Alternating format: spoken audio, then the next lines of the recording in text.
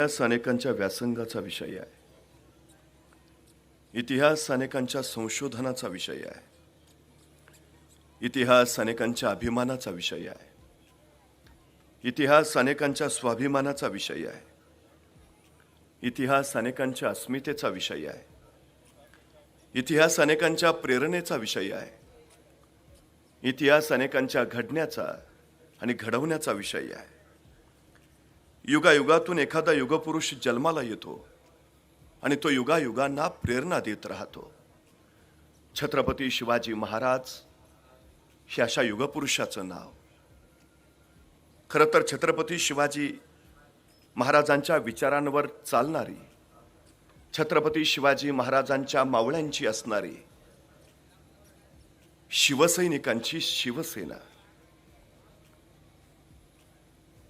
स्वराज्याचं सुराज्य व्हावं यासाठी गेली 55 वर्ष अखंडपणे महाराष्ट्राच्या हितासाठी लढणारी वंदनीय शिवसेना प्रमुख बाळासाहेब ठाकरे यांनी निर्माण केलेली ही शिवसेना, एकामागोमाग संकट कोसळत असताना त्या संकटातून महाराष्ट्राला अलवारपणे बाहेर काढणारे महाराष्ट्राचे कुटुंब प्रमुख तथा महाराष्ट्राचे मुख्यमंत्री शिवसेना पक्षप्रमुख आदरणीय उद्धवजी ठाकरे, युवासेना प्रमुख तथा पर्यटन पर्यावरण मंत्री आदरणीय आदित्यजी ठाकरे, ज्यांच्या कर्तृत्वाचा परिस्पर्श या भूमीला घडला, अनेकांच्या देवघरातले जे दैवत झाले ते धर्मवीर आनंदजी दिघे,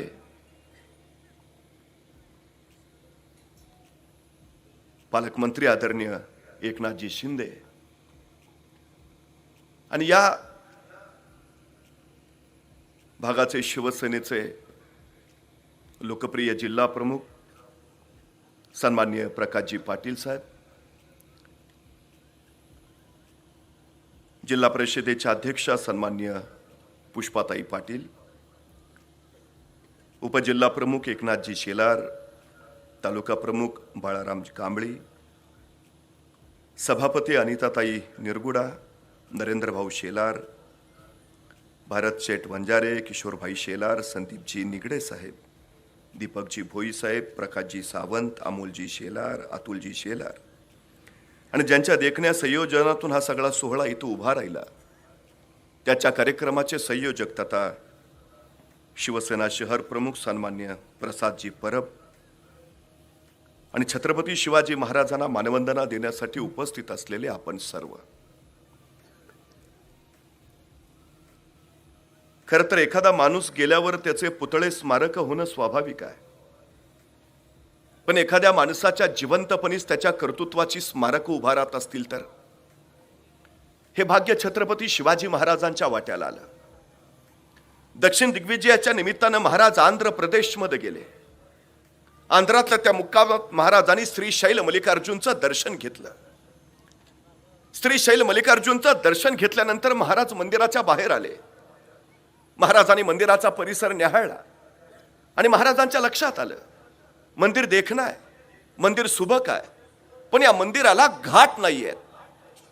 आणि आंध्राच्या त्या मुक्कामात महाराजांनी श्रीशैल मल्लिकार्जुनच्या मंदिराचे सगळे घाट बांधून काढले. आतापर्यंत अनेक राजे महाराजे आले गेले असतील, अनेकांनी त्या मंदिरात दर्शन घेतलं असेल, त्या मंदिराला घाट नाही ते अनेकांच्या लक्षात आलं असेल, पण ते घाट बांधले ते मात्र छत्रपती शिवाजी महाराजांनी. अर्थात ते घाट नसते बांधले तरी काही अडचण नव्हती. महाराजांना सांगता आलं असतं तो भाग कुठं माझ्या मतदारसंघात येतो, आपण महाराष्ट्राचे मंदिर आंध्र प्रदेशमध्ये. पण हा विचार संकुचित महाराजांनी केला नाही. एके दिवशी श्रीशैल मल्लिकार्जुनचं दर्शन घेऊन महाराज बाहेर आले आणि कळसाचं दर्शन घ्यायला महाराजांनी वर पाहिलं आणि महाराजांच्या लक्षात आलं मंदिराच्या छतावर प्रत्येक कोपऱ्यावर एक गोपूर आहे, पण दक्षिणेच्या बाजूचं गोपूर बांधायचं राहिलंय, ते अपुरं आहे. आणि महाराजांना जाणवलं हे अपुरं राहिलेलं चौथं गोपूर बांधायला हवं. त्याने आंध्र प्रदेश मधले काही मजूर बोलावले आणि मजुरांनी सांगितलं हे अपुरं राहिलेलं चौथं गोपूर बांधून पूर्ण करा, किती खर्च येईल. मजुरांनी रक्कम सांगितली, महाराजांनी तत्काळ पैसे दिले, हे राहिलेलं चौथं गोपूर बांधून पूर्ण करा. आणि महाराज त्या मजुरांना पैसे देऊन पुढच्या मोहिमेसाठी रवाना झाले. महाराजांनी दिलेल्या पैशाच्या बळावर आंध्र प्रदेशच्या त्या मजुरांनी श्री शैल मल्लिकार्जुनच्या मंदिराचं ते 4थं गोपूर बांधून पूर्ण केलं. आणि बांधून झाल्यावर ते मजूर एकत्र बसले, त्यांची चर्चा चालू झाली. ऐसा राजा होणे नाही.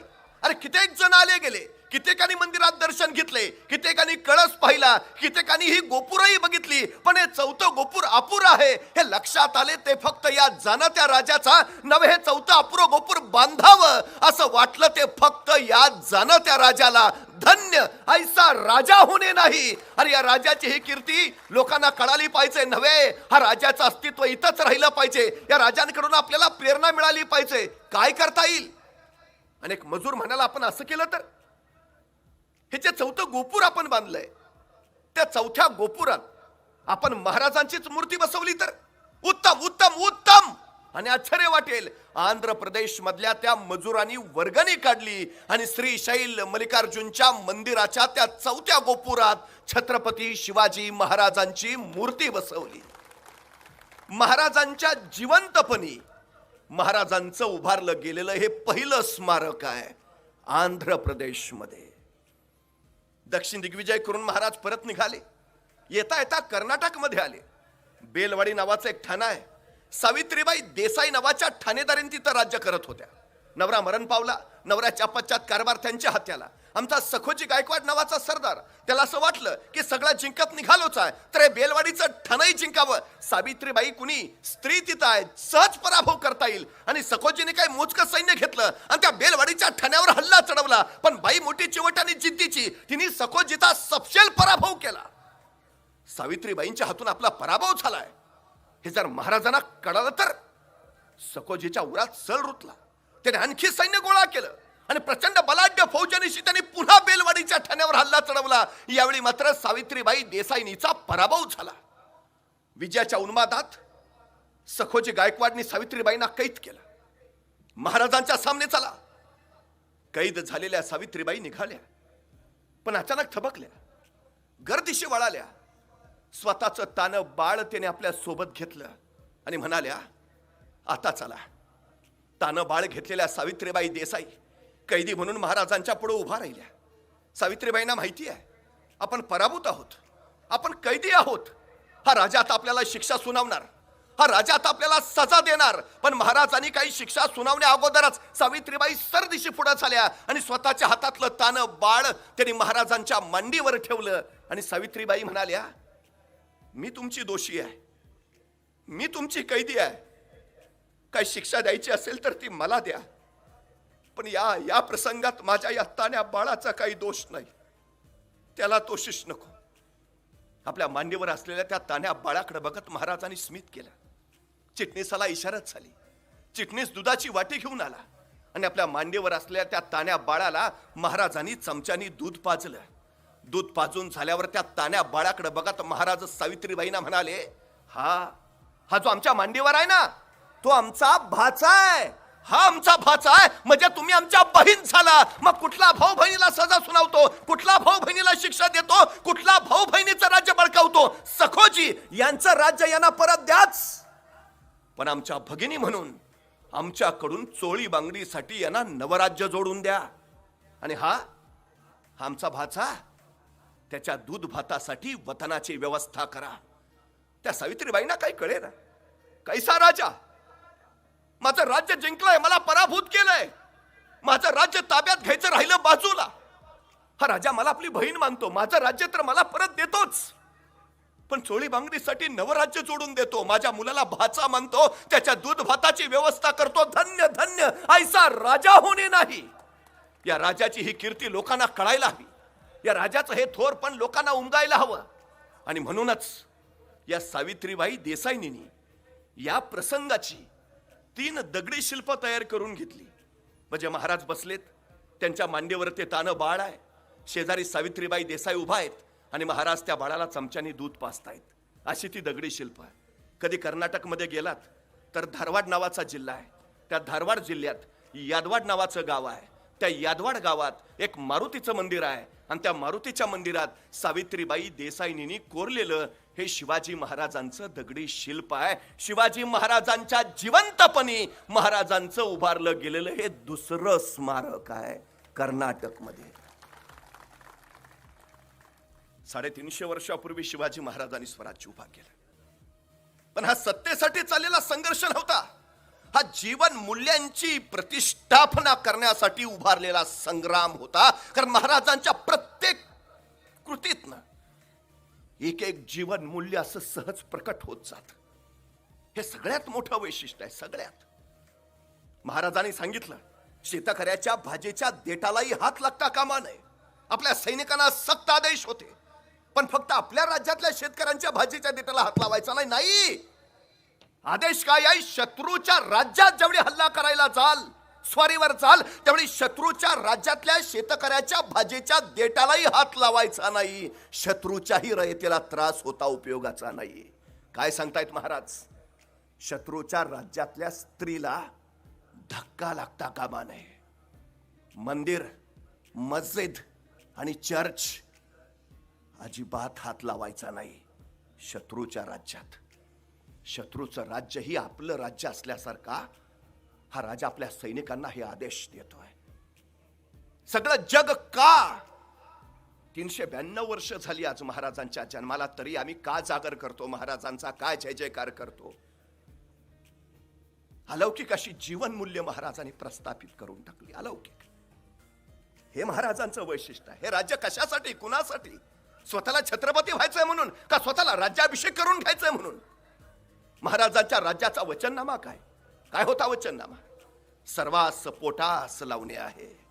या मातीत उगवलेला प्रत्येक जण, मग तो कुठल्याही जातीचा, कुठल्याही धर्माचा, कुठल्याही पंथाचा असू द्या, या मातीत उगवलेला प्रत्येक जण पोटाला लागला पाहिजे. बस. कारण रिकाम्या पोटी पाटीचे कणे कधी ताट राहत नाहीत. ताट कण्याची माणसं घडवायची असतील तर पहिल्यांदा यांची पोटं भरलेली पाहिजेत. महाराजांनी सगळ्यात महत्वाचं काम ते केलं. लागवडीखाली जमिनी आणल्या. महाराष्ट्रातली पहिली जमीन मोजणी शिवाजी महाराजांनी केली. जमीन मोजणीचं परिमाण 5 हात लांब, 5 तसू 14 मुठींची लांब काठी हे महाराजांनी शोधून काढलं. महाराजांच्या हयातीत महाराष्ट्रातल्या जमिनींची 3 वेळा मोजणी झाली. आता आमच्या नावावर जे सातबारे दिसत आहेत, त्या सातबाऱ्यांचा निर्माता राजा शिवछत्रपती शिवाजी महाराज नसते, तुमच्या माझ्या नावावर सातबारे सुद्धा दिसले नसते. महाराजांनी शेतकऱ्यांना जमिनी दिल्या, लागवडी खाल्यांना बिबियांना दिले, खतं दिली, बैलजोड्या दिल्या, सुभेदारांना सक्त आज्ञा केल्या. गावोगावी जा, दौरे काढा, शेतकऱ्यांच्या अडचणी समजून घ्या. कोणास बिबियन नसेल द्या, खतं नसतील द्या, बैलजोडी नसेल द्या. जैसे होईल तैसे शेतकरी सुखी होईल ऐसे पहा. काय सांगतोय राजा? सुलतानी कोसळलीच आहे हो, पण आसमानी इतकी भयान कोसळली आहे. दुष्काळ इतका प्रचंड पडलाय की भुके पोटी माणसाची नजर मेल्या जनावराच्या प्रेतावर पडू लागली आणि जगण्यासाठी बापाची नजर पोराच्या मांसावर जाऊ लागली. इतकी भयान अवस्था. पण इतकी भयान अवस्था असताना सुद्धा छत्रपती शिवाजी महाराजांच्या काळात महाराष्ट्रातल्या एकाही शेतकऱ्यानं आत्महत्या केली नाही. हे शिवशाहीचं यश आम्हाला मानावंच लागेल. महाराजांनी मातीत मरायला नाही, मातीसाठी मरायला शिकवलं. हे महाराजांचं सगळ्यात मोठं वैशिष्ट्य आहे. राज्य उभा राहिलं. राज्याचं नाव काय? शिवराज्य. काय नाव द्यावं महाराजांनी? महाराजांनी निर्माण केलेलं राज्य शिवराज्य. शिवराज्य नाव ठेवलं असतं तरी आम्हाला अभिमानच वाटला असता. पण नाव स्वतःचं नाही दिलं. नाव शिवराज्य नाही ठेवलं. नाव काय ठेवलं? स्वराज्य. स्व माझं.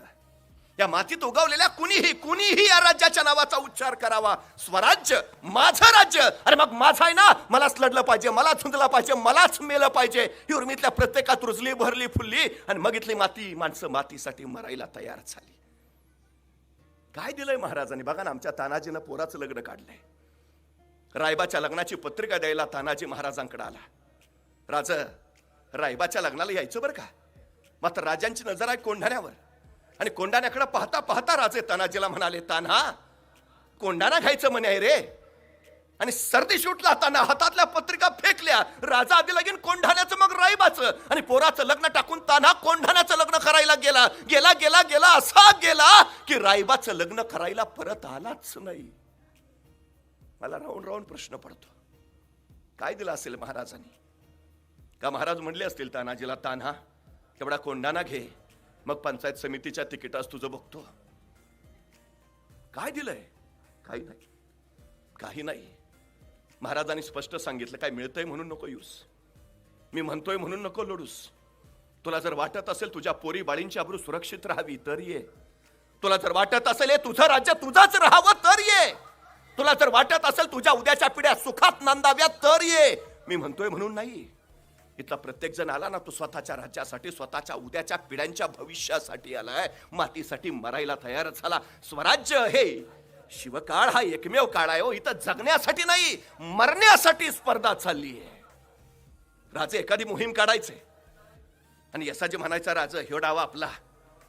तसा बाजे म्हणायचं, यसाजी आम्ही आहे नव, ही मोहीम आपली, आपण जाणार राज.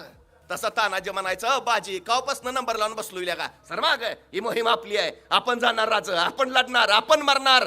जगाच्या पाठीवरचा पहिला काळ आहे. माणसं जगण्यासाठी नाही, मरण्यासाठी स्पर्धा करतायत. मरण्यासाठी. काय अद्भुत करून ठेवलं महाराज. औरंगजेब कुणी साधा नाही बरं. आशिया खंडातलं सगळ्यात मोठं साम्राज्य म्हणजे औरंगजेबाच, आणि आशिया खंडातलं सगळ्यात छोटं राज्य म्हणजे माझ्या शिवाजी राजांचं. औरंगजेबाचा एका वर्षाचा वार्षिक महसूल त्या काळात 2300 कोटी रुपये, आणि माझ्या स्वराज्याचा वार्षिक महसूल कसा बसा 1 कोटी रुपये. औरंगजेबाच्या नुसत्या सरदारांची संख्या 14,500, आणि एका सरदाराच्या हाताखाली 50,000ची फौज, म्हणजे 14,500 गुणले 50,000 एवढं औरंगजेबाचं लष्करी सामर्थ्य. आणि माझ्या महाराजांचं सैन्य 50,000. मनभर आहे औरंगजेब आणि कणभर स्वराज्य. पण हा मनभर औरंगजेब स्वराज्य उद्ध्वस्त करायला टपलाय. हयातीची 27 वर्ष घालवली त्यांनी. त्याला स्वराज्य संपवायचंय, स्वराज्याने स्थलाभूत करायचंय. का स्वराज्यच का? अरे तिकडे इराणचा शहाब्बास तसाच आहे, अफगाणिस्तान तसंच आहे, विजापूरची आदिलशाही तशीच आहे, नगरची निजामशाही तशीच आहे, गोवळकोंड्याची कुतुबशाही तशीच आहे. ते घे ना. इराण घे, अफगाणिस्तान घे, आदिलशाही, निजामशाही हे घे ना सगळं. स्वराज्यच का हवंय? का उद्ध्वस्त करायचंय स्वराज्यच? औरंगजेबाने याचं उत्तर त्याच्या मृत्यूपत्रात लिहिलंय. औरंगजेब लिहितो, इराणचं राज्य शहाब्बासचं आहे, विजापूरचं राज्य आदिलशहाचं आहे, गोवळकोंड्याचं राज्य कुतुबशहाचं आहे, नगरचं राज्य निजामशहाचं आहे. पण महाराष्ट्रातलं स्वराज्य हे कुणा राजा, सुलतान, सम्राट वा बादशहाचं राज्य नाही, तर ते इथल्या रयतेचं राज्य आहे. आणि जिथं रयतेचं राज्य असतं तिथं माणसं मरायला आणि मारायला कधी मागा पुढं बघत नाहीत. आणि सगळ्यात मोठा धोका येतो हाय. काय सांगतोय तो? हे रयतेचं राज्य आहे, आणि जिथं रयतेचं राज्य असतं तिथं माणसं मरायला आणि मारायला कधी मागं पुढं बघत नाहीत. आणि सगळ्यात मोठा धोका येतो हा. 27 वर्ष झगडत राहिलाय तो सह्याद्रीच्या दऱ्याखोऱ्यांशी. दख्खन त्याला जिंकता आलाच नाही. इथंच नगरला मेला, खुलदाबादला समाधी औरंगजेबाची. महाराष्ट्र जिंकण्याचं स्वप्न त्याचं कधीच पूर्ण झालं नाही. बलाढ्य औरंगजेब. का? हे रयतेचं राज्य आहे. महाराजांनी हे राज्य चिरंतन ठेवलं का? हे रयतेचं आहे. पहिला राजा आहे. राज्य उभा करायच्या अगोदर ज्यांनी राज्याला उद्या होणाऱ्या धोक्यांचा विचार करून ठेवलाय. या देशात राज्य नव्हते असं नाही. विजयनगरचं हिंदू साम्राज्य होतं, देवगिरीचं यादवांचं राज्य होतं, पण ती बलाढ्य राज्य ही उद्ध्वस्त आणि स्थलाभूत झाली. आपलंही स्वराज्य उभं राहिलं आणि कदाचित नाही. हे स्वराज्य चिरंतन राहिलं पाहिजे. शत्रू येत आहेत, कुठून येत आहेत? आणि महाराजांच्या लक्षात आलं, आणि 350 वर्षापूर्वी महाराजांनी सांगितलं, महाराष्ट्राला धोका जमिनीवरनं नाही, महाराष्ट्राला धोका समुद्रावरनं आहे. परवा मुंबईवर 26/11चा दहशतवादी हल्ला झाला, आणि मग आम्हाला कळालं महाराज म्हणत होते ते खरं होतं. 350 वर्षापूर्वी महाराजांनी सांगितलं महाराष्ट्राला धोका समुद्रावरनं. आणि म्हणूनच 350 वर्षापूर्वी सम्राट चंद्रगुप्तानंतर हिंदुस्थानात स्वतःचं आरमार उभा करणारा पहिला राजा म्हणून आम्हाला शिवाजी महाराजांचीच नोंद घ्यावी लागते. हे आरमार उभा करायला महाराजांनी पोर्तुगीज लुई व्हेनेगस आणि त्याचा मुलगा फर्नांडो व्हेनेगस यांना बोलावलं. देश आमचा, देशातला समुद्रही आमचा हवा, पण समुद्रात प्रवास करायचा झाला तर आम्हाला पोर्तुगीजांचं परवानगी पत्र लागायचं. आमची नौका समुद्रात घालायची झाली तर आम्हाला पोर्तुगीजांचा परवाना लागायचा. दर्यावरची ही हुकूमत संपवली पाहिजे. या भूमिपुत्रांचीच हुकूमत या दर्यावर राहिली पाहिजे. महाराजांनी स्वतःचा आरमार उभारण्यासाठी यांना बोलावलं, पण पोर्तुगीजांनी या दोघांना कळवलं, अरे काय चाललंय, शिवाजी महाराजांचा आरमार कशासाठी उभा राहतंय? पोर्तुगीजांचं वर्चस्व संपवण्यासाठी आणि तुम्ही स्वतः पायावर दगड मारून घेताय. रातोरात लुई व्हेनेगस आणि फर्नांडो व्हेनेगस पळून गेले. आता शिवाजी महाराजांचा आरमार ते कोण उभारेल? महाराजांनी माघार नाही घेतली. महाराजांनी कोकणातले कोळी, आगरी, भंडारी आणि मुस्लिम लोक सोबत घेतली आणि यांच्यावर स्वराज्याचं आरमार उभारायची जबाबदारी सोपवली. दौलत खान दर्या सरंग स्वराज्याचे आरमार प्रमुख झाले. मायनाक भंडारी स्वराज्यावर आरमार प्रमुख म्हणून दर्यावर हुकूमत गाजवत राहिले. 350 वर्षापूर्वी. पण त्यावेळी जहाज इंग्रजांकडनं घ्यावी लागायची, तोफा पोर्तुगीजांकडनं घ्याव्या लागायच्या, दारुगोळा डाचांकडनं घ्यावा लागायचा. त्यांनी जहाज दिली तर जहाज, त्यांनी तोफा दिल्या तर तोफा. महाराजांनी एके दिवशी विचार केला, इंग्रज आता जहाज देत आहेत, पोर्तुगीज तोफा देत आहेत, डच दारुगोळा देत आहेत, पण उद्या हे सगळं देणं त्यांनी बंदच केलं तर? आणि महाराजांच्या लक्षात आलं, जी माणसं दुसऱ्याच्या पायावर उभा असतात ती केव्हाही ढासळतात. जी माणसं स्वतःच्या पायावर उभा असतात त्यांना कोसळण्याचा धोका नसतो. स्वराज्य स्वतःच्या पायावर उभा राहिलं पाहिजे. आणि महाराजांनी रत्नागिरी जिल्ह्यातल्या विजयदुर्गला जहाज बांधायचा कारखाना काढला. कल्याणला आरमाराची गोदी काढली. तोफा ओतायचे कारखाने महाराष्ट्रात सुरू झाले. दारुगोळा स्वराज्यासाठी लागणारा स्वराज्यातच निर्माण होऊ लागला. महाराष्ट्राला उद्योगशीलता, उद्यमशीलता, सृजनशीलता आणि निर्मिती क्षमता देणारा पहिला राजा छत्रपती शिवाजी महाराज. कधी भारतीय नौदलात गेला तर नौदलाच्या प्रवेशद्वारावरच लिहिलंय, भारतीय आरमाराचे जनक छत्रपती शिवाजी महाराज. नुसत्या आरमाराचे नव्हे, नेव्हीचे नव्हे, मर्चंट नेव्हीचेही जनक छत्रपती शिवाजी महाराज. इंग्रज लिहितात, शिवाजी महाराजांनी व्यापारासाठी 8 बंदरं बांधली आणि 8 बंदरातून शिवाजी महाराजांची जहाज युरोप, इराण, तुर्कस्तानला मसाल्याच्या पदार्थाचे व्यापार करायला जात होती. कोण म्हटलं मराठी माणूस व्यापार करत नाही? कोण म्हटलं मराठी माणसाला व्यापार जमत नाही? 350 वर्षापूर्वी महाराजांची जहाज युरोप, इराण, तुर्कस्तानला व्यापार करायला जात होती. हे 350 वर्षापूर्वी केलं महाराजांनी. 350 वर्षापूर्वी स्वराज्याच्या बनावटीची 20 जहाज दर्यात तरंगू लागली. पण या जहाजांवर अवजड तोफ ठेवली की तोफेच्या ओझ्यानं जहाज डचमळायचं, सबब नेम चुकायचा, तोफेचा गोळा पुढे सुटला, दाब मागं पडला की जहाज पाण्यात बुडायचं. महाराजांनी विचार केला, काहीतरी केलं पाहिजे. आणि एके दिवशी महाराज विचार करून कल्याणच्या कारखान्यात पोहोचले. आपल्या कामगारांना गोळा केलं, मी सांगतो तसं जहाज तयार करा. आणि महाराजांनी सांगितलं असं आणि तसं जहाज तयार झालं. तत्कालीन काळात पाण्यावर अत्यंत जलद गतीनं पळणार, किती ओझं ठेवलं तरी पाण्यात न डचमळणार, तोफेचा गोळा पुढे सुटला, दाब मागं पडला तरी पाण्यात न बुडणार, असं विलक्षण जहाज महाराजांनी निर्माण केलं. ज्या इंग्रजांकडनं जहाज विकत घ्यावी लागायची त्या इंग्रजांनी महाराजांना पत्र पाठवलं, तुम्ही तयार केलेलं जहाज आम्हाला विकत देता का? महाराजांनी या जहाजाचं नाव ठेवलं संगमिरी तथा संगमेश्वरी जहाज. इंग्रजांचा धोका पहिल्यांदा ओळखला तो शिवाजी महाराजांनी. जेम्स डग्लस 1885 ला इकडे आला होता. त्यावेळी अराउंड बॉम्बे नावाच्या त्याच्या ग्रंथात असं लिहितो की नशीब हा शिवाजी राजा जमिनीवर जन्माला आला. हा राजा जर पाण्यावर जन्माला आला असता ना तर 150 वर्ष राज्य करणं लांब राहिलं. इंग्रजांना हिंदुस्थानचा नीट चेहरा सुद्धा पाहता आला नसता. जेम्स डग्लस लिहितोय. काळाच्या कितीतरी पुढचा विचार महाराजांनी करून ठेवला, कितीतरी. खरं तर तुम्ही काम किती करता याला महत्व नाही, तुम्ही काम कसं करता हेही महत्वाचं नाही, तुम्ही तुमच्या कामाचं नियोजन कसं करता हे फार आणि फार महत्वाचं आहे. 50 वर्षाचं आयुष्य आहे महाराजांचं. 50 वर्षातली 10 वर्ष बालपणात गेली, 10 वर्ष रणांगणावर घोड्यावर बसून फक्त युद्ध खेळण्यात गेली आणि उरलेली 30 वर्ष या राजांनी स्वराज्याचं सुराज्य करण्यात घालवली. लोककल्याणाची, लोकहिताची कार्य उभारली. जगातली पहिली घटना आहे, जगातली पहिली क्रांती आहे. 750 वर्षाचं पारतंत्र्य महाराजांनी फक्त 35 वर्षात हटवलं नव्हे, या 35 वर्षात स्वतःचं सार्वभौम स्वराज्य निर्माण केलं. हे कुठंच घडलं नाही, फक्त 35 वर्षात. फक्त 1680 चा जन्म, 1646 ला स्वराज्याचा आरंभ आणि 1680 ला महाराजांचा मृत्यू. म्हणजे 46 ते 80 या 35 वर्षात महाराजांनी पारतंत्र्य तर हटवलंच 750 वर्षाचं, पण स्वतःचं राज्यही निर्माण केलं. कशाच्या बळावर?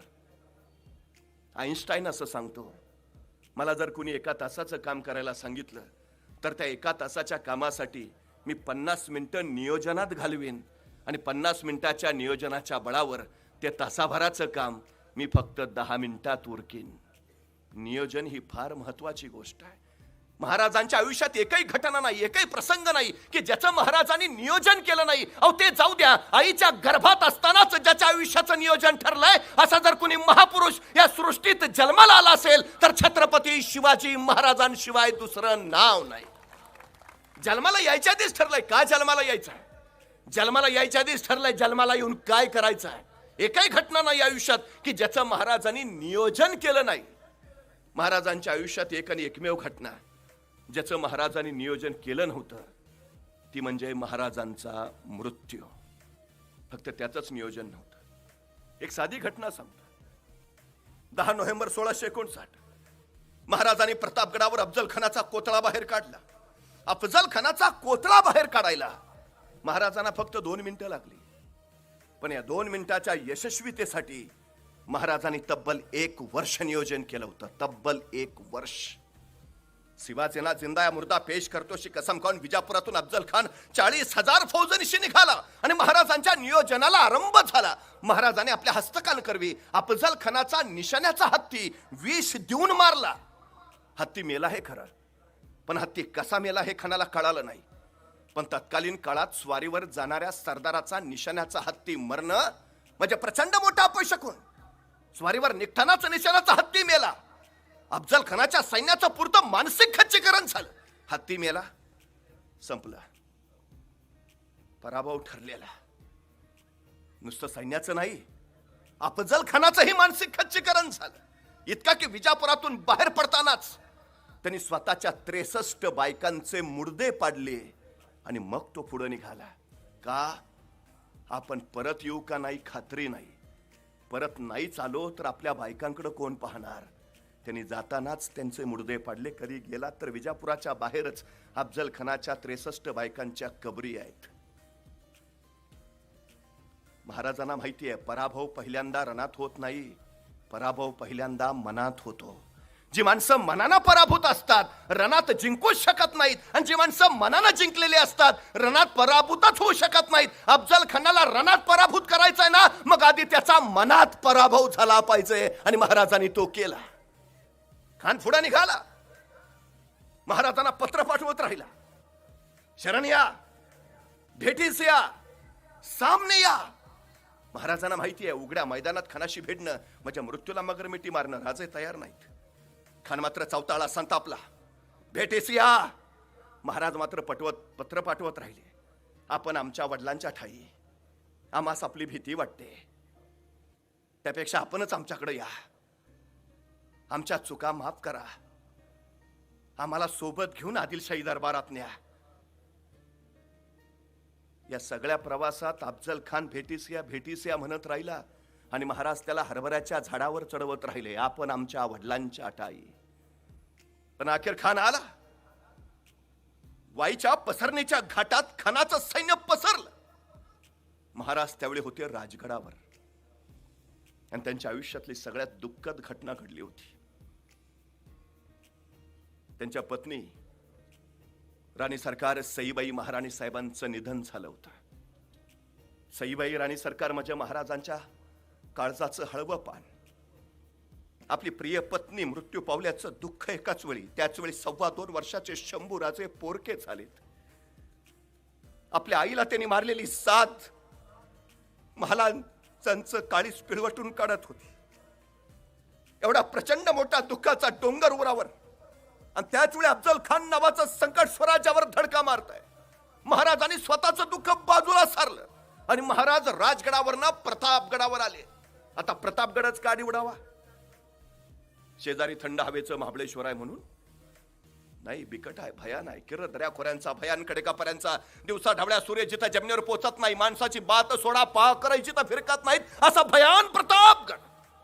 खानाला कळालं, राजाने प्रतापगड जवळ केलाय आणि चवताळला खा. मोठी जहरी आणि गहरी चाल टाकली राजानी. कारण खानाला प्रतापगड काय चीज आहे ते माहिती आहे. खान वाईचाच जहागीरदार. खान आला. वाईच्या पसरणीच्या घाटात 40,000 फौजनशी पसरला. खान 40,000 आहे हे महाराजांना कळालं आणि महाराजांनी आपल्या सोबत्यांना सांगितलं, आपलं सैन्य गोळा करा, आपलं सैन्य गोळा करा. माणसं कामाला लागली. सैन्य गोळा झाला. महाराजांनी तानाजीला विचारलं, तान्हा किती झाले? आणि तानाजी म्हणाला, राज 7,500. 7,500? अरे खानाचे 40,000 आहेत. आपले एवढेच. अरे पण खानाचे 40,000 आहेत. महाराज होती नव्हती तेवढी सगळी गोळा करून आणल्यात, रानावनातली पण धरून आणल्यात, आपली एवढीच. अरे पण खान 40,000 फौजेनिशी आहे महाराज, आपली ह्याच्यापेक्षा वाढूच शकत नाहीत. आता काय करावं? खान 40,000, महाराजांचं 7,500. काय म्हणले महाराज? डिपॉझिट पण राहणार नाही. कशाला अर्ज भरायचा? माघार घेऊ, पळून जाऊ? निराश झाले महाराज का अफजल खानाच्या हातात सापडून मरायचंच आहे, मग आधीच आत्महत्या करून मोकळे होऊ. काय केलं? पर्याय काढला.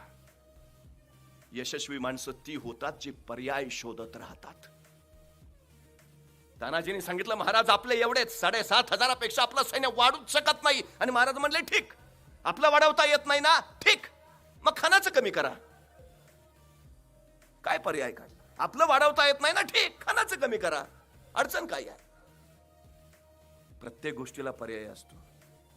परमेश्वर ज्यावेळी एक दार आपलं बंद करतो त्यावेळी इतर 10 दारं उघडी करून ठेवत असतो. पण आम्ही काय करतो? त्या बंद दारावरच धडका मारून घेतो. डोकं फुटतं पण दार उघडत नाही. आणि नंतर बघितल्यावर कळतो शेजारची दारं उघडीच होती. अरे बघायचं कोण? पर्याय शोधायला हवेत ना. मी नेहमी एक गोष्ट सांगतो. एक राजा होता. त्या राजाच्या समोर 2 आरोपी आणले. राजाने आरोप ऐकले आणि शिक्षा सुनावली. मरेपर्यंत फाशी.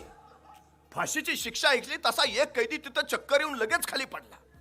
दुसरा मात्र न्यूटन असल्यासारखा विचार करत बसला होता. चक्कर येऊन पडलेला शुद्धीवर आला तरी हा न्यूटनच. मग पहिल्यानं त्याला विचारलं, अरे तू शिक्षा ऐकली नाही का? काय म्हटलं, ऐकली ना. अरे मग फाशीची शिक्षा झाली, आपण मरणार आहे, आपण, तुला भीती नाही वाटत? तो म्हटला, ते फाशी बिशीचं सोड रे. गेले वर्षभर माझा उडणारा घोडा तयार करायचा प्रयोग चाललाय. प्रयोग अंतिम टप्प्यात आहे. आता काही दिवसात माझा घोडा आकाशात उडेलच. पण नेमकी फाशीची शिक्षा झाली, त्यामुळे आता माझ्या प्रयोगाचं काय होणार त्याची मला काळजी आहे. ते फाशी बिशीचं सोडून दे. तसा तो म्हणला, उडणारा घोडा? घोडा आकाशात उडतो का? तेच सांगतोय ना, प्रयोग अंतिम टप्प्यात आहे. त्यांची ही चर्चा राजानं ऐकली. राजा म्हणला, काय काय काय काय? म्हटला, उडणारा घोडा? काय डोक्यावर पडलाय का? घोडा कधी उडतो का? तसा तो कैदी म्हटला, महाराज मरणारा माणूस खोटं नाही बोलत. फाशी शिक्षा दिली, कशाला खोटं सांगेन? मी खरंच सांगतोय, गेले वर्षभर माझा उडणारा घोडा तयार करायचा प्रयोग चाललाय. प्रयोग अंतिम टप्प्यात आहे. आता काही दिवसात माझा घोडा आकाशात उडेलच. पण नेमकी तुम्ही फाशीची शिक्षा दिली. बरं महाराज, मी काय म्हणतो, माझ्या घोड्याचं बाजूला ठेवा, मला फक्त 1 वर्ष द्या.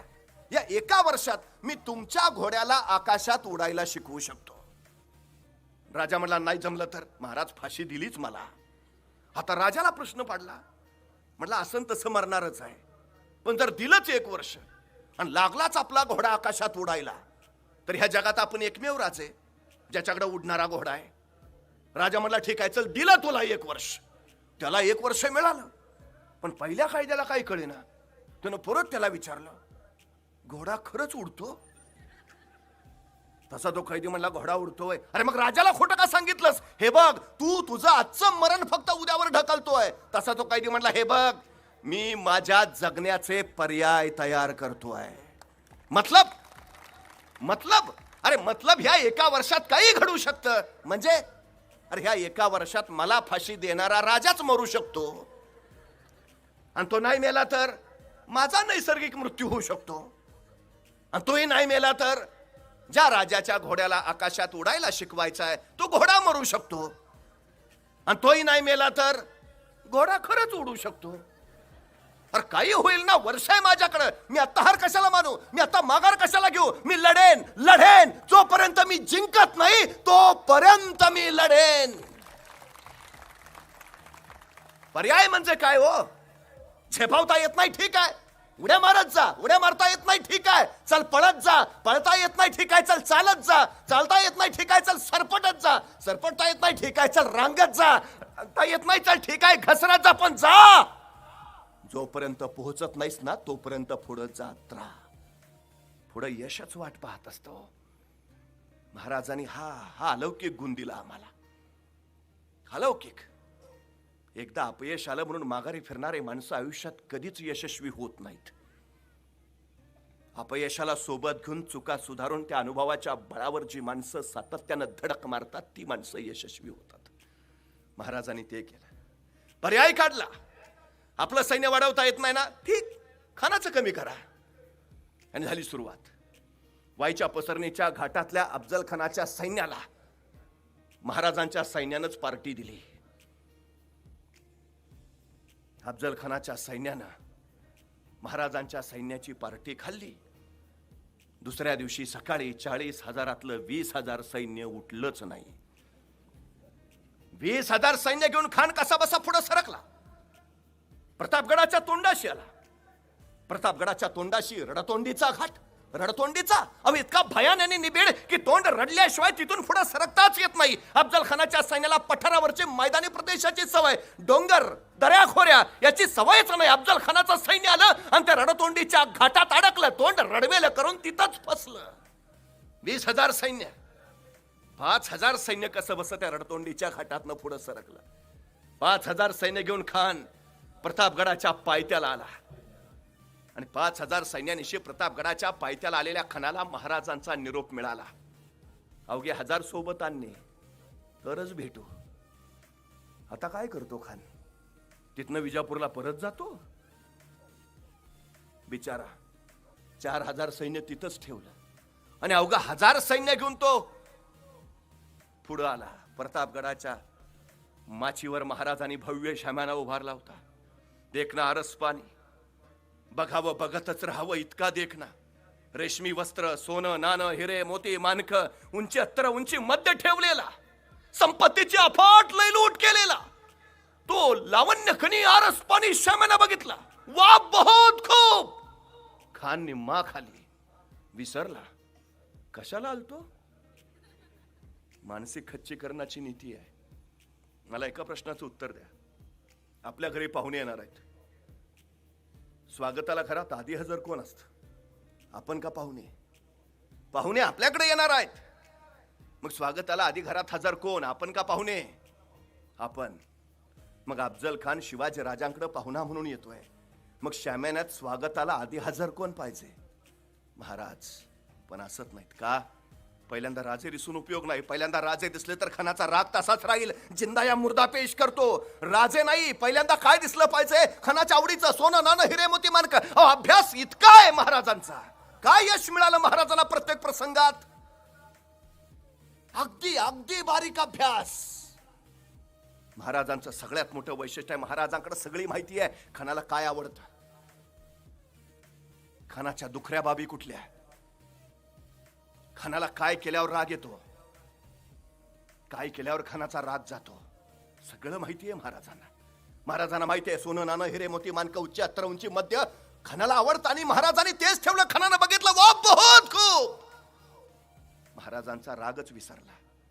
आपलं बघा ना, आपण रस्त्यानं सहज चाललेलो असतो, जाता जाता डोक्यात नुसता राग धुमसतो. तो नुसता दिसावाच, आज नाही तुडावला तर सांगतो, तो भेटावाच ठेवतच नाही. आज असल्या रागात आपण निघालेलो असतो आणि वाटेत अचानक आपल्या अत्यंत आवडीची व्यक्ती येते आणि मग तिच्याकडे बघायच्या नादात आपण कुठं निघालेलो हेच लक्षात राहत नाही.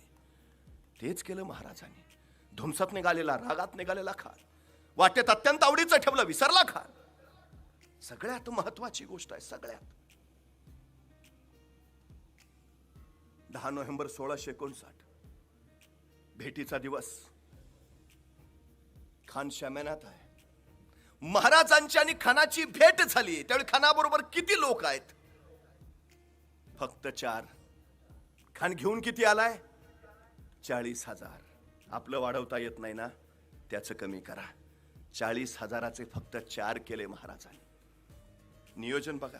भेटीचा दिवस 10 नोव्हेंबर 1659 वक्ताही ठरला दुपारी बरोबर 12:35 आता 12:35 का? कारण सूर्य बरोबर माथ्यावर येतो. आता सूर्य माथ्यावरच का? तर राजेगडावरनं निघाले तर सूर्याच्या त्या लक्क प्रकाशात खणाची छावणी हालचाल स्पष्ट दिसावी. पण खणानं जर राजांकडे बघायचं म्हटलं तर सूर्याची किरण त्याच्या डोळ्यात घुसावी, त्याला काही दिसू नये. वक्त बरोबर 12:35. आणि त्याच वक्ताला राजे निघाले. आता सोबत कोण घेतलं? तानाजी बाजी, येसाजी, कोंडाजी, कडतोजी, चला सगळेच येऊ फिरून. नाही, यातलं कोणीही नाही. मग घेतलं कोण? घेतला जिवा महाला. का? दांडपट्टा फिरवतो. हो पण तोच का? समोर सय्यद बंडा आहे, त्याच्याशी झुंजायचं तर हवा फक्त जिवा. सोबत घेतला संभाजी कावजी कोंढाळकर. का? हत्तीसारखा धिप्पाड आहे, बलाढ्य तोफा उचलतो नव्हे, धिप्पाड हत्ती खांद्यावर घेतो. हो पण तोच का? समोर अफजल खान तसाच आहे ना, हत्तीसारखा. आखाड्यात पहिलवान उतरवायचे झाले तर एकाच गटाचे असावेत, म्हणजे कुस्ती रंगते. माणसाची निरख आणि माणसाची पारख शिकावी ना, ती महाराजांकडनं. आणखी 8 अंगरक्षक सोबत घेतले आणि महाराज निघाले. जाताना महाराजांनी प्रत्येकाला आपलं नियोजन सांगितलं, जबाबदारी दिली. जिवा महालाला सांगितलं, जिवा तू आमच्या बरोबर खाली येतोयस, पण तू आमच्या बरोबर श्यामेनात आतही येतोयस. पण श्यामेनात आत आल्यावर तू माझ्याकडे बघायचं नाही, तू खानाकडे बघायचं नाही, तू फक्त सय्यद बंडा बघायचा बास. संभाजी कावजींना सांगितलं, संभाजी तूही खाली येतोयस, पण तू श्यामेनात आत यायचं नाहीस, तू श्यामेनाच्या बाहेर. पण तू बाहेरून माझ्याकडे बघायचं नाही, खानाकडे बघायचं नाही. आमच्या दोघांचं आत काय चाललंय तुला देणं घेणं नाही. पण अफजल खान जर श्यामेनातनं जिवंत बाहेर आला तर त्याला जिवंत ठेवायचं नाही. त्याची जबाबदारी त्याला. प्रत्येकाला आपापली जबाबदारी देऊन नियोजनानुसार राजे निघाले. जाता जाता अचानक परत थांबले. महाराजांनी जिवा महालाला विचारलं, जिवा कात्री आहे का रे? आता जिवाला काय कळेना, अफजल खानाच्या भेटीला निघालाय, तलवार घेतली असेलच की, कात्री कशाला? महाराजांनी परत विचारलं, जिवा कात्री आहे का? आता जिवा नाभिक समाजाचा. जिवा म्हणला, जी आहे ना, काढ काढ. जिवा आमची दाढी बारीक कर, आमची दाढी बारीक कर, इतकी बारीक कर की भेटी वेळी अफजल खानानं हातात धरायची म्हटली तर त्याच्या हातात नाही आली पाहिजे. आमच्या व्यवस्थापनाच्या भाषेत त्याला मायक्रो प्लॅनिंग म्हणतात, सूक्ष्म नियोजन. इतकं बारीक सारीक नियोजन करून निघालेत महाराज. केस ओढल्यावर काय वेदना होते आपल्याला माहिती आहे. त्या भेटीच्या अवचित क्षणी जर खानानं अशी काय कृती केली तर तो क्षण संपवणारा ठरू शकतो. म्हणून सांगतायत की जिवा आमची दाढी बारीक कर, इतकी बारीक की भेटी वेळी अफजल खानानं हातात धरायची म्हटली तर त्याच्या हातात नाही आली पाहिजे. आणि हे सगळं नियोजन करून राजे निघाले. 12:30 वाजता गडावरनं निघालेले राजे खानाच्या छावणीच्या बाहेर दुपारी बरोबर 2 वाजता पोहोचले. बरोबर 2 वाजता खानाला वर्दी मिळाली. शिवाजीराजे येत आहेत. तसा खान उठून उभा राहिला. समोर पाहिलं, 5-5.5 फूट उंचीचे देखणे रुबाबदार राजे शिवाजी आज ते कदम येताना दिसले. तसं खानानं विचारलं, ये हे शिवाजी? वकिलानं मान डोलावली. खान 2 पावलं पुढे झाला. भाऊ फैलावले, आओ शिवाजीराजे. आणि गळामिटीसाठी राजे पुढे आले. खानाच्या मिठीत गेले. खानाचे भाऊ राजांच्या पाठीवर पडले. दाब पडला, जोर वाढला, मिठ्यावेळी गेली. राजे कुदमरले आणि त्याच वेळी खानाची कट्यार राजांच्या मस्तकावरून फडत निसटली. दगा जाणवला, भाग निघाली, खूप असली खानाच्या पोटात. दगा करत खान कडाडला. त्याच वेळी कृष्णाजी भास्कर कुलकर्णी धावला, महाराजांच्या मस्तकावर वार केला. राजे भेलकांडले आणि त्या संधीचा फायदा घेत सय्यद बंडा पुढे झाला. आपल्या दांडपट्ट्याने महाराजांची गर्दन मारणार तोच जिवा महालाच्या दांडपट्ट्याने सय्यद बंडाचा हात वरच्यावर उडवला आणि इतिहास पुटपुटला. होते जिवाजी म्हणून वाचले शिवाजी.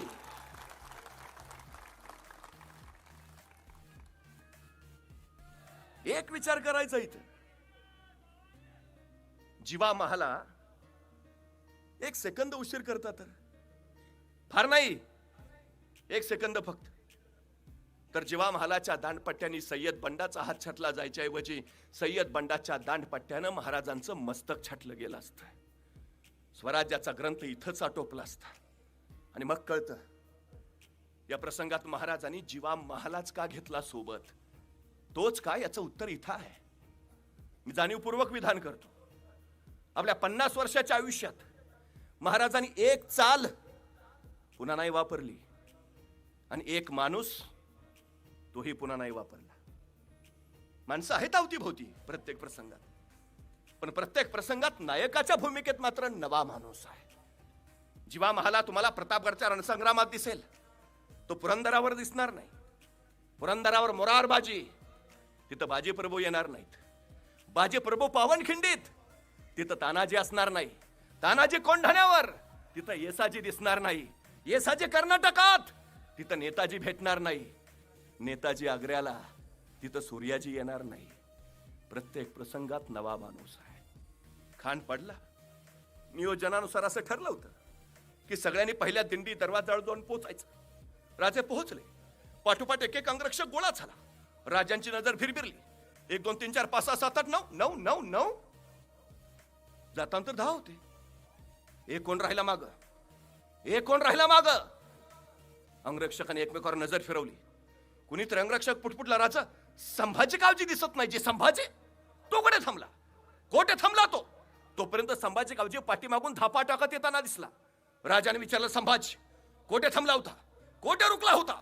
एवढा ऐकल्याबरोबर संभाजीने आपला हात वर केला. त्याच्या हातात अफजल खानाचं मस्तक होतं. ही का पाय माग थांबलो होतो?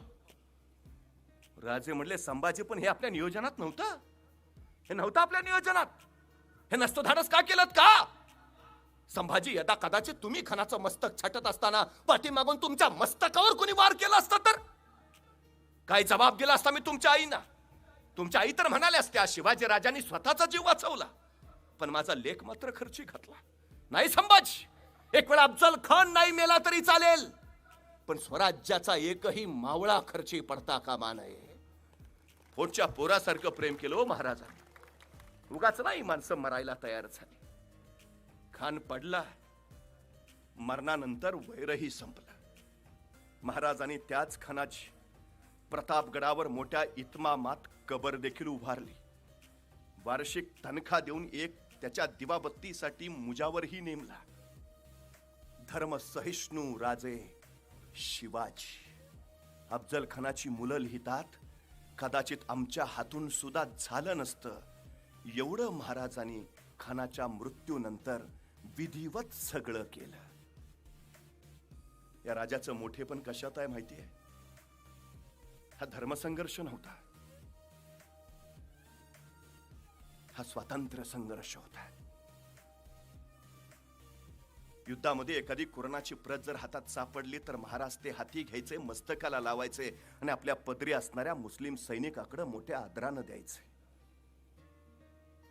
350 वर्षापूर्वी हे धर्मसहिष्णुपण जपणारा राजा आहे.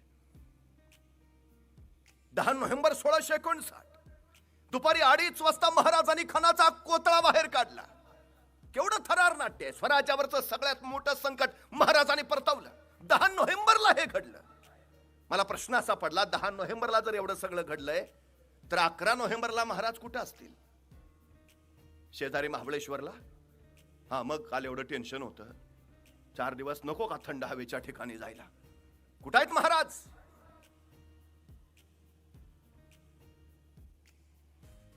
अडीच वाजता खानाचा कोतळा बाहेर काढला.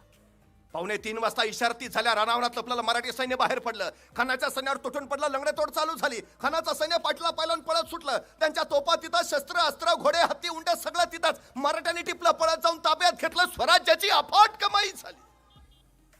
महाराजांचा आत्मविश्वास किती आहे बघा. हो, आपण खानाला मारणारच आहोत. महाराज असं नाही म्हटले, बघू प्रयत्न करू, बघू काय नशिबात असेल ते, बघतो जमलं तर. असला प्रकार नाही हो. एक ठामपणा आहे, हो मी मारणारच. मोहम्मद अली माहिती असेल तुम्हाला. मोहम्मद अली मुष्टियोद्धा आहे. एका जागतिक कीर्तीच्या मुष्टियोद्ध्याबरोबर त्याची कुस्ती लागली आणि ती कुस्ती सुरू होण्याआधी नवखा असणाऱ्या या मोहम्मद अलीनं सांगितलं, मी सर्वश्रेष्ठ आहे. पत्रकार म्हणले, काय बाता मारतो? पण प्रत्यक्ष कुस्ती सुरू झाली आणि या नवख्या मोहम्मद अलीनं त्या जागतिक कीर्तीच्या मुष्टियोद्ध्याला हरवलं. पत्रकारांनी विचारलं, कसं काय? तुमच्या यशाचं कारण? मोहम्मद अली म्हटला, मी सर्वश्रेष्ठ आहे. हेच एकमेव कारण. मोहम्मद अली कधीच असं म्हटला नाही, मी सर्वश्रेष्ठ होईन. मोहम्मद अली असं अजिबात म्हटला नाही, मी सर्वश्रेष्ठ होण्याचा प्रयत्न करीन. तो कधीच असं म्हटला नाही मी पुढच्या वर्षी सर्वश्रेष्ठ होईन. तो सातत्यानं प्रत्येक वेळी सांगत राहिला, हो मी सर्वश्रेष्ठ आहे.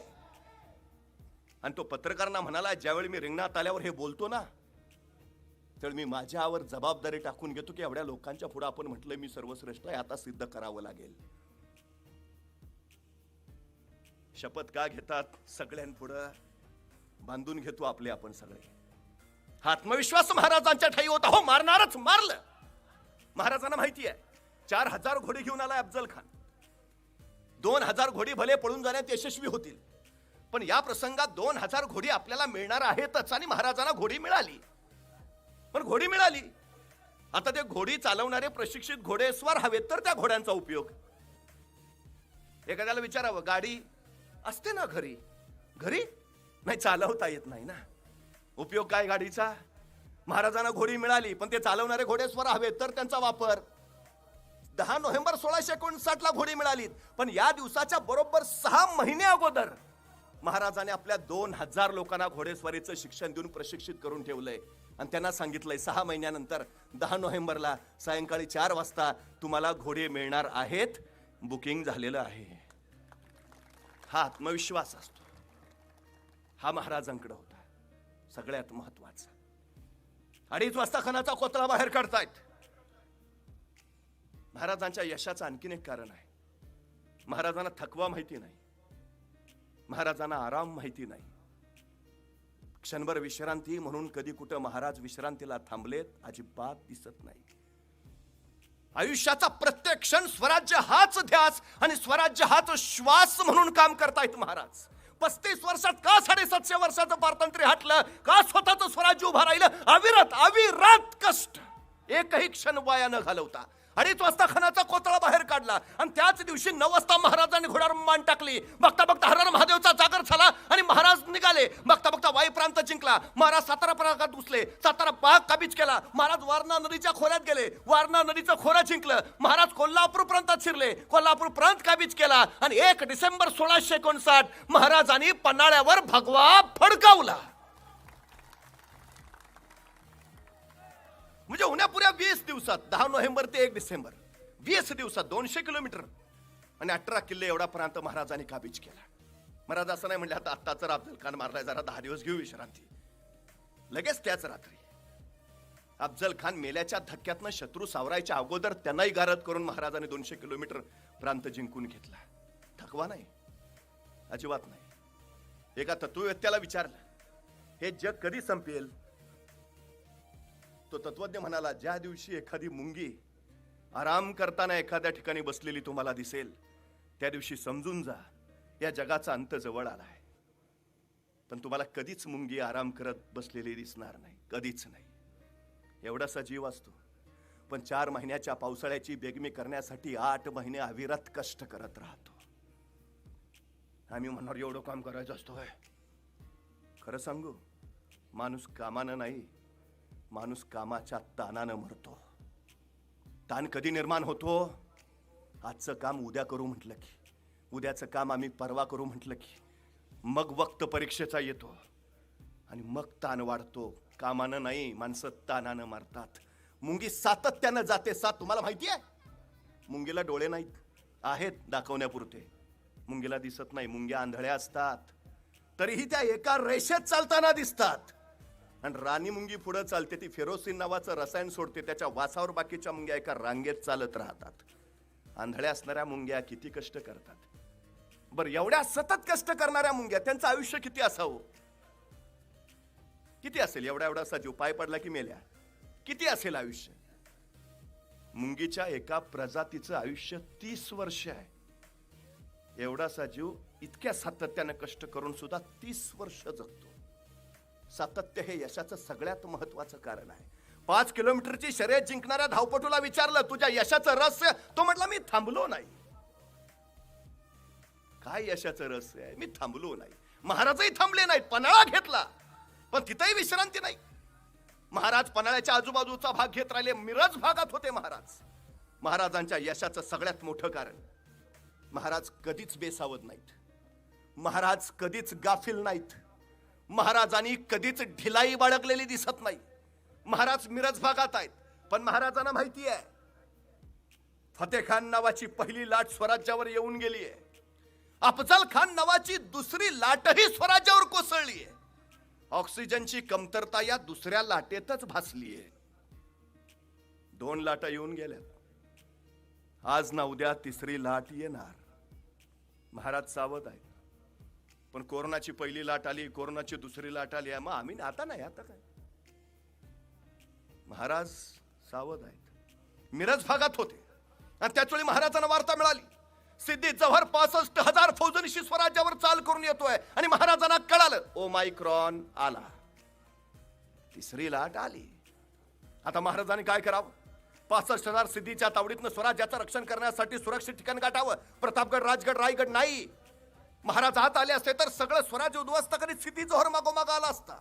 महाराजांनी आयुष्यभर स्वतःच्या सुरक्षिततेपेक्षा रयतेची सुरक्षा महत्वाची मानली. आणि महाराज स्वराज्याकडे न जाता स्वराज्याच्या सीमेवर असणाऱ्या पन्हाळ्याकडे आले. का? 350 वर्षापूर्वी महाराजांनी सांगितले स्वराज्याचं नुकसान टाळायचं असेल तर शत्रूला सीमेवरच रोखा. कोरोनाच्या काळात प्रशासन आम्हाला तेच सांगत होतं, कोरोना सीमेवरच रोखा. संकट येतच असतात हो, ती फक्त येताना रूप बदलत येतात.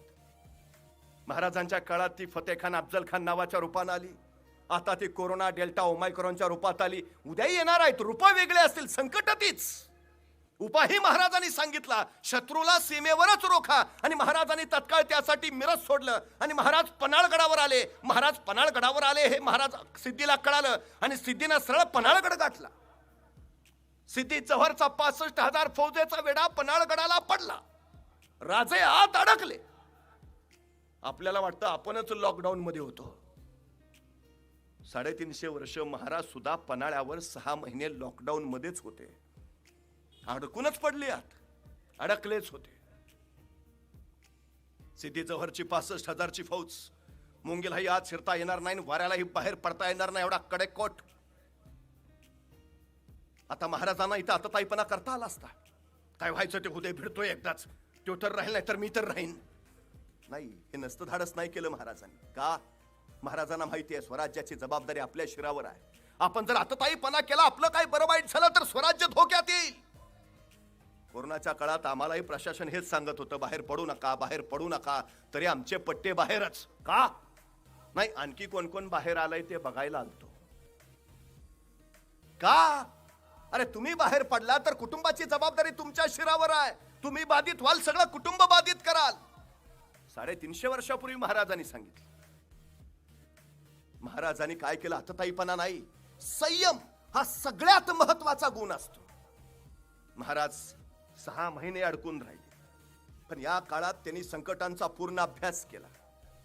यश कधी मिळवता येतं? कुठल्याही क्षेत्रात जा, कुठल्याही प्रांतात जा, पण बारीक अभ्यास करा. बारीक पूर्ण अभ्यासाशिवाय यश नाही मिळत. आमचे एक 3-4 मित्र होते. चौघांनी मिळून ठरवलं, म्हणले काहीतरी व्यवसाय करूया.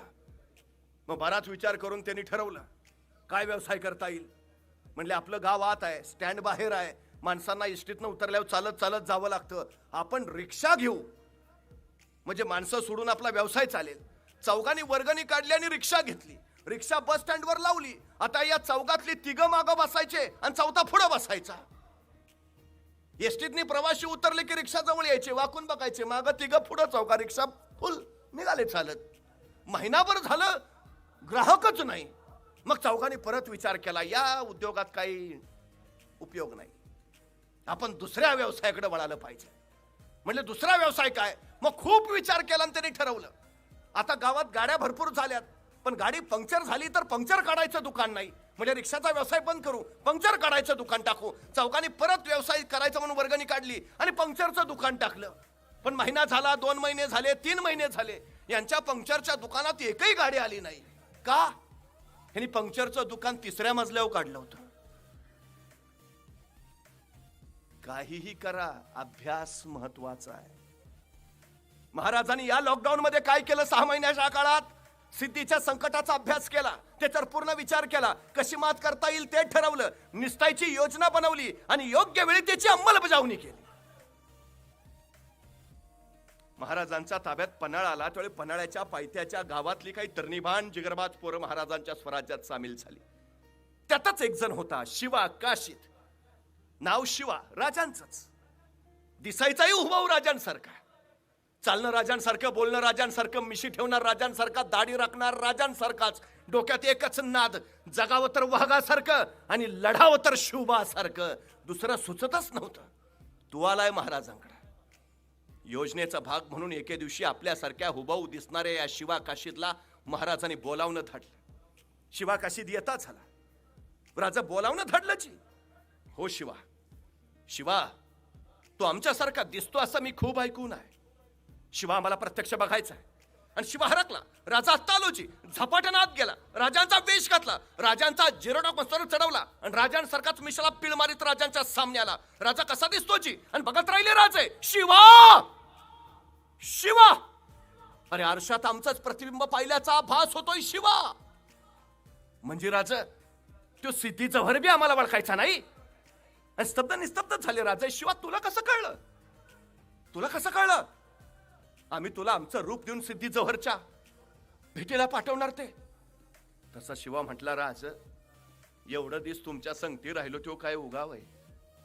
तुमच्या काळजाचं ठोकं बी काय सांगतात ते कळतं आमासनी. राज राज राज द्या की एडा, जातो की, लढतो की, भिडतो की जाऊन त्या सिद्धीला. तसं राजा सरदेशी पुढे झाले. शिवाला कडकडून मिठी मारली आणि राजांच्या डोळ्यातला एका अश्रू शिवाच्या पाठीवर पडला. अशी अशी कौतुकाची थाप कधी कुणाच्या पाठीवर पडलीच नव्हती. ते भाग्य शिवाच्या वाट्याला आलं आणि त्याच वेळी चाल ठरली. राजाने सिद्धीला निरोप धाडला. आम्ही तह करला तयार. सिद्धी आणला. आखिर आई गया दक्कन का चूहा सिकंजे में. अब दिखाएंगे उसे अल्लाह ताला की मेहरबानी, शब्बे रात का जश्न होगा. आखिर सिवा आहे गया पंजे में. अब फिक्र कैसे सिद्धी का पिल. बेडा ढिला, सैन्य बेसावत. आणि याच ढिलाईचा फायदा राजाने उचलला. बाजी प्रभूंना सोबत घेतलं आणि विशाळ गडाच्या रोखानं पश्चिमेच्या बाजूनं त्या पावसाळ्याच्या किर्र काळोख्या रात्री महाराज निसटले. तर सिद्धीशी तहाची बोलणी करायला निघाला राजांचं रूप घेतलेला शिवा काशीद. सिद्धी वाट बघत होता. पालखी येताना दिसली. सिद्धी पुढे झाला. आओ शिवाजीराजे. पालखीचा पडदा सरकला. आस्त एकदम राजे शिवराय खाली उतरले. सिद्धी पुढे झाला. गळाभेट घेतली. चलिये राजे. आणि राजांची पावलं शामनाच्या दिशेनं पडू लागली. पण त्याच वेळी दोन संशयी डोळे रोखले गेले होते शिवाजी राजांवर. राजांची पावलं शामनातून आत पडणार त्याच वेळी ते दोन संशयी डोळे पुटपुटले. ये शिवाजी नाही हो सकता. आणि थबकला सिद्धी. म्यानात नंगे तलवार लागली. सब दिशे चालली. रक्ताची चिलखंडी हाताने डोळे उडाला. शिवा रक्ताला व्याकुळला आणि सिद्धी विचारता चला, सच बता तू ये शिवाजी. आणि कडाडला शिवा, अरे हा मैं ही हूं शिवाजी. मग मात्र सिद्धी वळाला त्या दोन संशयी डोळ्याकडे. ते दोन संशयी डोळे होते फाजल खानाचे. अफजल खानाचा मुलगा फाजल खा. सिद्धीने विचारलं, कैसे कह सकते हो, ये शिवाजी नहीं है. तसा फाजल खान म्हणाला, हुजूर मैंने देखा है शिवाजी राजे को. अफजल खान वदाच्या वेळी मी बघितलं शिवाजी राजांना. त्यावेळी झालेल्या झटापटीमध्ये शिवाजी राजांच्या मस्तकावर तलवारीचा वार झालाय. हे जर खरे शिवाजी राजे तर याच्या मस्तकावर तलवारीच्या वाराची ती खून पाहिजे. तसा सिद्धी झपडल्यासारखा पुढे झाला. शिवाच्या मस्तकावरचा जिरटोक मागे सरला. मस्तकावर वाराची खून नव्हती. शिवा सापडला. नंगी तलवार लकलकली. सब दिशे चालली. रक्ताची चिलखंडी यात्रेचा कल्लोळ उडाला आणि अखेर शमशेर आली गर्दनीवर. सिद्धी विचारता झाला, मरने पहिले आखरी बार पूछता हूं, सच बता तू ये शिवाजी. आणि कडाडला शिवा, अरे जन्माला जरी शिवा काशीद म्हणून असलो तरी मरताना शिवाजी महाराज म्हणून मरतोय. हे भाग्य काय कमी आहे का? अरे या शिवाची छाती तुला फोडता आली नाही. माझ्या राजाची पाठ तू काय धरणार? सोडून दे ख्वाब. महाराष्ट्राच्या मातीत उभा आहेस तू. इथाच माती करू. पण तोच फिरली शमशेर. शिवाचं मस्तक छाटलं. रक्ताळला शिवा मातीत पडला. स्वराज्यासाठी समर्पित झाला. मला राहून राहून प्रश्न पडतो,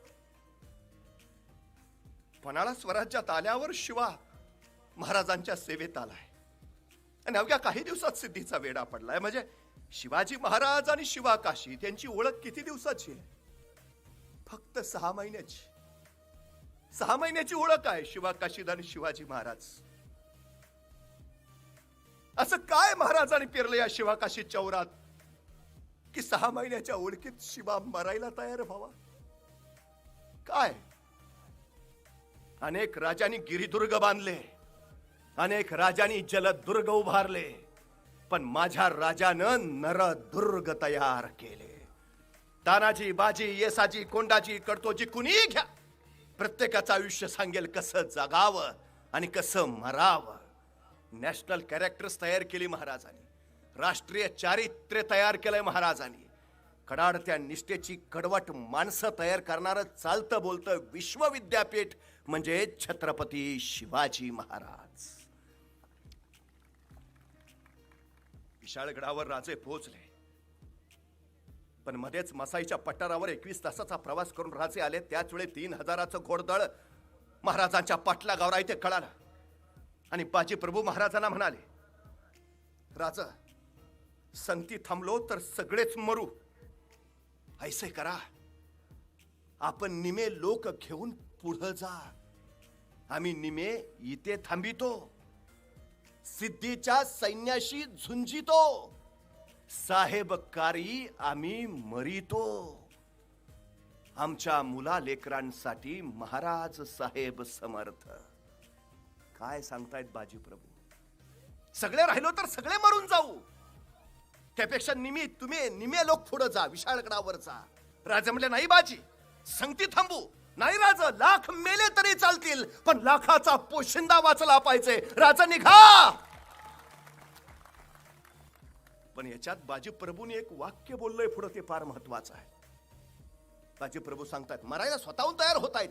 आम्ही इथे मरितो, साहेबकारी आम्ही मरितो, आमच्या मुला लेकरांसाठी महाराज साहेब समर्थ आहे. आम्हाला बाकी आमच्या कुटुंबाची, पोरा लेकरांची काळजी नाही, आपण आहात. आणि काय केलं महाराजांनी? महाराज बाजी प्रभूंचा मृत्यू झाल्या हे कळालं आणि बाजी प्रभूंच्या गावी सिंधला गेले. बाजी प्रभूंच्या कुटुंबियांची भेट घेतली. बाजी प्रभूंना 8 मुलं होती. या 8ही मुलांना महाराजांनी स्वराज्याच्या सेवेत घेतले. अनुकंपा तत्वावर नोकरी ही योजना शिवाजी महाराजांची आहे. ठीक आहे, ज्यांची मुलं योग्य आहेत त्यांना स्वराज्याच्या सेवेत घेता येईल. ज्यांची मुलं लहान आहेत त्यांचं काय? अशांसाठी महाराजांनी रायगडावर बाल परवेशी गृह उभारलं होतं. जे सैनिक युद्धात खर्ची पडतील त्यांच्या लहान मुलांच्या शिक्षणाची नव्हे, योग्य वयात येईपर्यंतचा सगळा खर्च स्वराज्य करत होतं आणि योग्य वयात आल्यावर त्यांना स्वराज्याच्या सेवेत घेतलं जात होतं. पण ठीक आहे, ज्यांना मुलं आहेत त्यांची व्यवस्था केली महाराजांनी. ज्यांना मुलंच नाहीत, एखादा सैनिक युद्धात मारला गेल्यावर फक्त त्याची विधवा आहे, काय तिचं, अशा स्त्रियांसाठी महाराजांनी फॅमिली पेन्शन चालू केली आहे. त्यावेळी बरं, ही पेन्शन किती असावी, व्यवस्था काय बनवली आहे बघा महाराजांनी. स्वराज्यासाठी खर्ची पडलेल्या त्या सैनिकाच्या पत्नीला पेन्शन किती द्यायची? तर शेवटच्या लढाईच्या वेळी त्या सैनिकाला जेवढा पगार असायचा त्या पगाराच्या निम्मी रक्कम त्याच्या पत्नीला पेन्शन म्हणून दिली जायची. फॅमिली पेन्शन महाराजांची योजना. एखादं संकटग्रस्त कुटुंब असेल तर महाराजांनी आणखीन एक योजना चालू केली, अडीशेरी योजना. अडीशेरी, संकटग्रस्त कुटुंबांना दर महिन्याला 2.5 शेर धान्य दिलं जायचं. इतका हा राजा काळजी घेतो, इतकी व्यवस्था राबवतोय. म्हणून बाजी प्रभू सांगतायत की आम्हाला काळजी नाही, आम्ही मरितो. पण महाराजा किती संवेदनशील आहे. राजा विशाळगडावर पोहोचले आणि राजाला कळालं शिवा काशीत मारला गेला. आणि महाराजांनी सोबत्यांना सांगितलं, आम्हाला पन्हाळ्याकडे जावं लागेल. आणि सोबत्यांच्या काळजात सर्र झालं, महाराज आता सिद्धीच्या वेड्यातनं सुटलात, मृत्यूच्या जाळ्यातनं बाहेर पडलात आणि आता परत आम्हाला जावंच लागेल. पर का? शिवा काशीच्या आईंना निरोप द्यायला हवा. शिवा स्वराज्यासाठी खर्ची पडला, तिचा पोर गेला, पण राजा ह्यो निरोप घेऊन आम्ही कुणी बी जातो, आपण परत नको, आम्हालाच जावं लागेल. पर का महाराज? का? सिद्धीच्या हातून मारले गेले ते शिवाजीराजे तुमच्या समोर उभा आहे ते शिवा काशीत. आम्हाला आमच्या आईला भेटायला जावंच लागेल.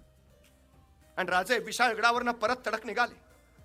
पन्हाळ्याच्या पायथ्याला शिवाकाशीच्या गावी नेबापूरला शिवाकाशीच्या आईला निरोप मिळाला. राजे येत आहेत. आनंदानं नाहून निघाली ती. लाख लाख दिवसाचं स्वप्न पूर्ण होत आहे. राजा राजा राजा येतोय. पंचारतीचं ताट हातात घेऊन स्वागताला उभा राहिली. येणार येणार राजा येणार. आणि आले आले आले राजे आले. शिवाकाशीची आई लगबगीनं पुढे झाली. राजांना वळायला लागली. कळे ना राजांना, हा कशाला वळतेस? असा कुठला पराक्रम गाजवून आलो की आरती करावी आमची? अगं तुझा पोर मातीसाठी खर्ची पडला ते सांगायला आलोय आई. ओळते कसली? पण राजांच्या ओठातनं शब्दच फुटेना. तशी शिवाकाशीची आई म्हणाली, ये ना राजा, आता आत घरात तरी ये. जड पावलाने राजे आत आले. शिवाकाशीच्या आईने एक फटकं धडूत टाकलं. बस ना राजा. राजे बसले. तशी शिवाकाशीची आई शिवाकाशीच्या बायकोला म्हणाली, अगं गुळपाणी तरी आण. तोंड तर गोड कर राजाचं. शिवाकाशीची बायको लगबगीनं गुळपाणी घेऊन आली. राजांपुढे गुळपाणी ठेवलं. शिवाकाशीची आई म्हणाली, घे ना राजा, तोंड तर गोड कर. कळे ना राजांना. अगं कसं तोंड गोड करू? तुझ्या पोराच्या मृत्यूची कडू बातमी घेऊन आलो आई. तोंड कसं गोड करू? पण राजांच्या ओठातनं शब्दच फुटेना. तशी शिवाकाशीची आई म्हणाली, राजा एक सांगू का? राजे म्हणले, बोल. अरे येड्या, एवढ्या जीवावरच्या संकटातनं वाचलास, सिद्धीच्या वेड्यातनं सुटलास. मग पहिल्यांदा तुझ्या आऊकडं जिजाऊकडं जायचं सोडून वाट वाकडी करून मायाकडं का आलास? तसे राजे म्हटले, आई अगं तू सुद्धा माझी जिजाऊच की ग. तसं नवरा राजा, पण आईची माया तुला नाही कळायची. 6 महिने तुझ्या वाट्याकडं डोळं लावून बसली असेल ती. तिच्याकडे जावं पहिले. तसे राजे म्हटले, आई एक शिवा गेला म्हणून हा दुसरा शिवा तुझ्या भेटीला आला. तुझा शिवा मातीसाठी खर्ची पडला आई. तुझा शिवा गेला. एवढं ऐकलं तशी शिवाकाशीची आई म्हणाली, हे काय मला ठावं नाही वे राजा. आणि चमकले राजे. आई तुला कसं कळलं? तुला कसं कळलं? अगं तो निरोप घेऊन तर आम्ही इथवर आलो. तुला कसं कळलं आई? तशी शिवाकाशीची आई म्हणाली, अरे येड्या, गावच्या वेशीतून येताना तुला बघितला तवा तू एकलाच दिसला. तवाच वळिकलं माझा शिवा जित्ता नाही राहिला. अरे माझा शिवा जित्ता असता तर आता तुझ्या संगती नसता आला. कळे ना राजांना.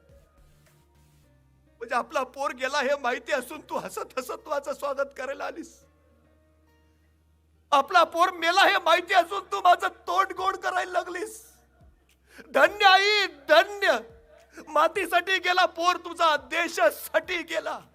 एवढं ऐकलं आणि मग मात्र शिवाकाशीच्या आईच्या डोळ्यातनं घळघळ घळघळ पाणी उखळायला लागलं. त्याला हुंदका फुटला. तेव्हा राजे म्हणाले, शोकावर आई शोकावर.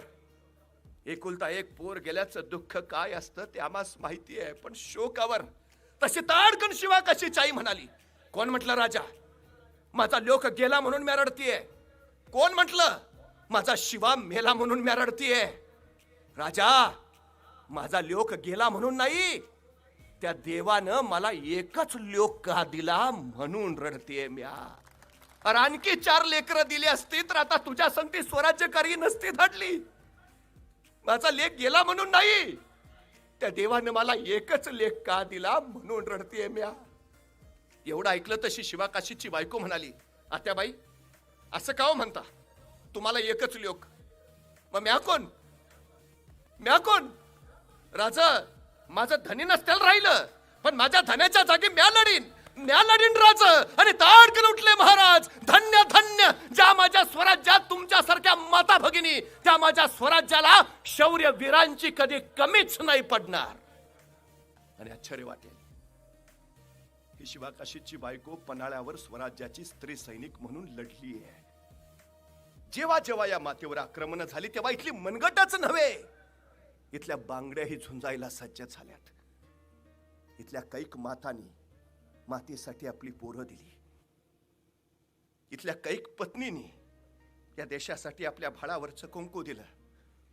इथल्या कैक बहिणींनी या मातीसाठी आपले भाऊ कुर्बान करून टाकले. महाराष्ट्र महाराष्ट्र झालं ते उगाच नाही. माती सडल्या लाडल्याची ही प्रेरणा छत्रपती शिवाजी महाराजांनी आम्हाला दिली. स्वराज्याचं सुराज्य व्हावं, लोककल्याणकारी राज्य उभा राहावं म्हणून राजे आपल्या 50 वर्षाचा कण अन कण खर्च करत राहिले. छत्रपती शिवाजी महाराजांचा हा जयंती उत्सव खरं तर तुमच्या माझ्यासाठी प्रेरणा उत्सव. शिवरायांची तीच प्रेरणा घेऊन शिवरायांच्या विचारांवर चालणारी शिवरायांच्या सैनिकांची ही शिवसेना 80% समाजकारण आणि 20% राजकारण हा हिंदू हृदय सम्राट शिवसेना प्रमुख बाळासाहेब ठाकरेंचा वसानी वारसा घेतलेली पक्षप्रमुख आदरणीय उद्धवजी ठाकरे यांच्या मार्गदर्शनाखाली महाराष्ट्रामध्ये लोककल्याणाचं काम करणारी ती शिवसेना वांगणी या ऐतिहासिक गावी त्याच तोलामोलाचं कार्य करते. इथल्या सगळ्या तमाम शिवसैनिकांना आणि आपल्या सगळ्यांना मनपूर्वक शुभेच्छा देतो.